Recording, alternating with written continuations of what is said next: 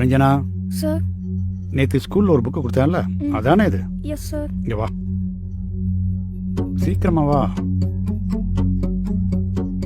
கொடுத்த புக்கை ஒழுங்கா படிச்சியா இல்லையா? சார். இம்பார்ட்டன்ட் சொல்லி தானே கொடுத்தேன், படிச்சியா இல்லையா?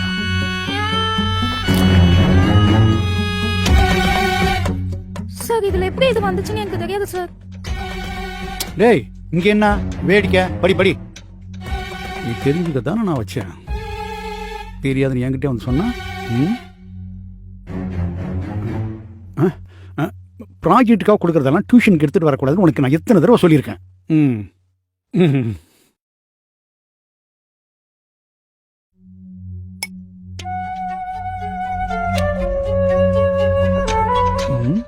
எப்போ சரி சொல்ல போகிறோம்? என்ன யோசனை? பக்கத்தில் வா. டேய் படிடா படி. என்ன வேடிக்கை? இன்னும் 3 நாள் தான் எக்ஸாமுக்கு இருக்கு. மார்க் வேணுமா வேணாமா நீயே யோசிச்சுக்க. நாளைக்கு தான் உனக்கு கடைசி நாள். நல்ல பதிலாக சொல்லு. இல்லை உன்னை எங்கே கவனிக்கணும் எப்படி கவனிக்கணும் எனக்கு தெரியும். போ.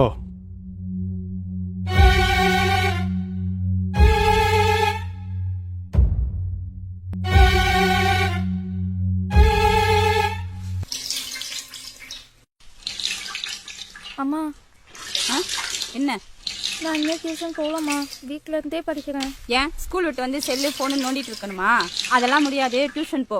இந்த வருஷம் நீ எடுக்கிற மார்க்கை வச்சு தான் அடுத்த வருஷம் நீ என்ன படிக்கணுன்றதை தீர்மானிக்கணும். கொஞ்சம் கஷ்டப்பட்டு தான் ஆகணும். பரவாயில்ல, கஷ்டப்படு. போ, நீ போய் சாப்பிட்டு தூங்கு. 4 மணிக்கு நான் வந்து எழுப்புறேன். எக்ஸாம் இருக்குதுல்ல, போ.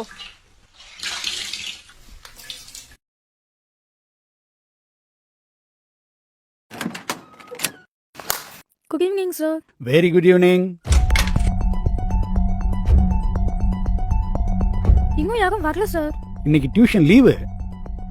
ஓ சாரி சார், எனக்கு எந்த மெசேஜும் வரல. உனக்கு யார் லீவ் விட்டா? மற்றவங்களுக்கு மட்டும்தான் லீவு, உனக்கு லீவ் இல்லை. அங்கே என்ன பார்க்குற? அங்கேயும் யாரும் இல்லை. ஆண்டி வெளியே போயிருக்காங்க. வர்றதுக்கு 3 மணி நேரம் ஆகும். பெரிய வேலையாக கொடுத்து அனுப்பிச்சிட்டேன். இங்கே பாரு, உன் மேலே இருக்க அக்கறையில் தான் இந்த சப்ஜெக்டில் நீ வீக்காக இருக்குன்னு சொல்லிட்டு உனக்கு ஸ்பெஷலாக டியூஷன் அரேஞ்ச் பண்ணியிருக்கேன். சரின்னு சொல்லிட்டீன்னா நீ பாஸ். இல்லை உன்னை எப்படி ஃபெயில் பண்ணுறதுன்னு எனக்கு தெரியும். உங்கள் வீடு உன் படிப்பை நம்பி தானே இருக்கு. அதை நல்லா புரிஞ்சுக்கோ.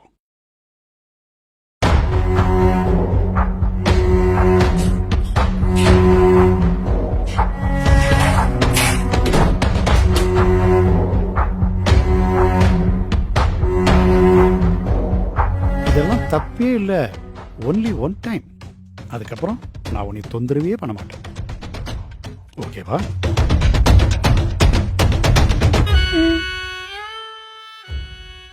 இதுக்கு போய் இவ்வளவு நேரம் இவ்வளவு காலம் வெகு பண்ணிய. இந்த ஒருத்தன் நீ பாஸ்.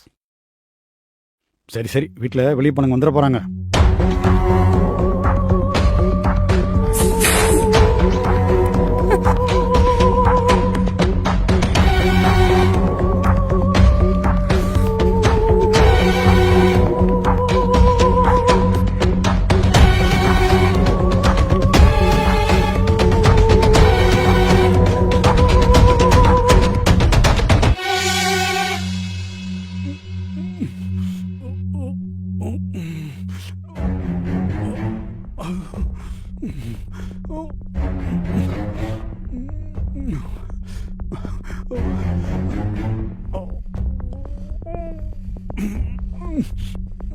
எத்தனை உங்களோட வாழ்க்கையை பற்றி கெடுப்ப? இது பண்ணாதா அது பண்ணாதா அதன்னு சொல்லி சொல்லி உங்களெல்லாம் நம்பிதானே எங்க வீட்டுல இருந்து தைரியமா அனுப்புறாங்க. சீ, வெக்கமா இல்ல? உன் பொண்ணும் எங்க மாதிரி ஒரு ஸ்கூல்ல படிக்கிறா தானே? நீ நடந்துட்ட மாதிரி அவகிட்ட அவ படிக்கிற ஸ்கூல்ல யாராச்சும் நடந்துட்டா எங்க பண்ணுவ? இல்ல நடந்துக்க மாட்டாங்களா? உங்களுக்குள்ள ஏதாச்சும் ஃபீலிங் இருக்கா? நான் வாத்தியாரு, இவ ஏன் பொண்ணுங்க சொல்லி வச்சு உங்க பொண்ணுங்களை மட்டும் காப்பாத்துக்கிறீங்களா? நீங்கெல்லாம் நடந்துக்கிறத பார்த்தா இப்படிதான் யோசிக்க தோணுது. இல்லக்கி இவ்ளோ தைரியமா எங்களை மாதிரி பொண்ணுங்க மேல கை வைக்க மாட்டீங்களா? போலீஸ் வரும்போது பார். என்ன போலீஸ் அரெஸ்ட் பண்ணுவாங்களா? பண்ணட்டும், நானே எல்லா பத்திரிகைகளுக்கும் பேக்கி தரேன். பொண்ணுங்களுக்கு நகமும் பல்லும் தான் ஆயுதம் சொல்லுவாங்க. இல்ல இந்த மாதிரி காட்டுன்னு காண்டிட்டு இருந்து தப்பிக்க இது 2 மட்டும் பத்தாது. 3ஆவதா இங்க பாரு, இந்த மாதிரி நடு வரல பிளேடு வச்சுக்கோங்கன்னு சொல்லுங்க. இனி எந்த பொண்ணும் பாதிக்கப்படக்கூடாது. இந்த மாதிரி ஆம்பளைங்க பொண்ணுங்க மேல கை வைக்கவே யோசிக்கணும். கிட்ட வந்தாலே எங்கடா அறுத்துருவாளோங்கிற பயம் வரணும். என்னக்கா பிளேட கையில வச்சுக்கோங்கன்னு சொல்லி வயலன்ஸ பரப்புறாளேன்னு பாக்குறீங்களா? எங்க காப்பாத்திக்க எங்களுக்கு இதை தவிர வேற வழி தெரியல.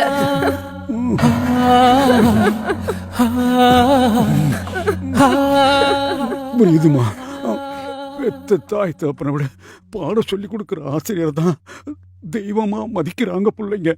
ஒரு சின்ன சபலத்தினால இப்படி மிருகத்தனமா நடந்துக்கிட்டா இதுதான் கதின்னு புரிஞ்சுக்கிட்டேம்மா. பாடம் கத்து கொடுக்கறதுக்கு பல வழி இருக்கு. இப்படி கீழ்த்தரமா நடந்துக்கிற ஆசிரியர்களுக்கெல்லாம் இது ஒரு பாடமா இருக்கட்டுமா?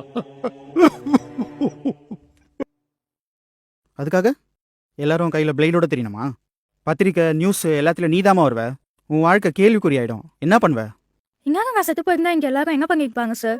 தப்பு செஞ்சவங்க வெளியில விட்டுட்டு உங்க தான் செத்து போச்சே, உங்க படிக்கல வற்புறுத்துனாங்க, தன்னால படிக்க முடியலன்னு தற்கொலை பண்ணிட்டான்னு சொல்லி தப்பு செஞ்சவங்க வெளியில விட்டுருவீங்க. அவனும் வெளியில வந்து இன்னொரு பொண்ணோட வாழ்க்கையை கெடுப்பான். என் போட்டோவை பத்திரிக்கை நியூஸ்னு தினம் போட்டு அசிங்கப்படுத்துவீங்க. நான் ஒரு முறை கற்பழிக்கப்பட்டதுக்கு எங்க வீட்டுல இருக்கவங்க தினம் பார்த்து சாகணும். அவங்களும் தண்டனையை அனுபவிப்பாங்க. அப்புறம் இன்னொரு நியூஸ் வரும், இதை மறந்துடுவீங்க. பட் இப்போ அப்படி இல்லை சார். டே வேலு, உலகத்தில் என்னமோ நடக்குதுடா. நம்ம தான் வேலை வேலைன்னு சுற்றிட்டு இருக்கோம்டா. ஆமாண்டா, இனிமேல் நம்மளும் நம்ம வீட்டு பிள்ளைங்கிட்ட நேரம் ஒதுக்கி பேசணும்டா. ஆமாண்டா. பேனம்மை பட வேண்டிய வரல ரத்தக்கரை வேண்டாம்.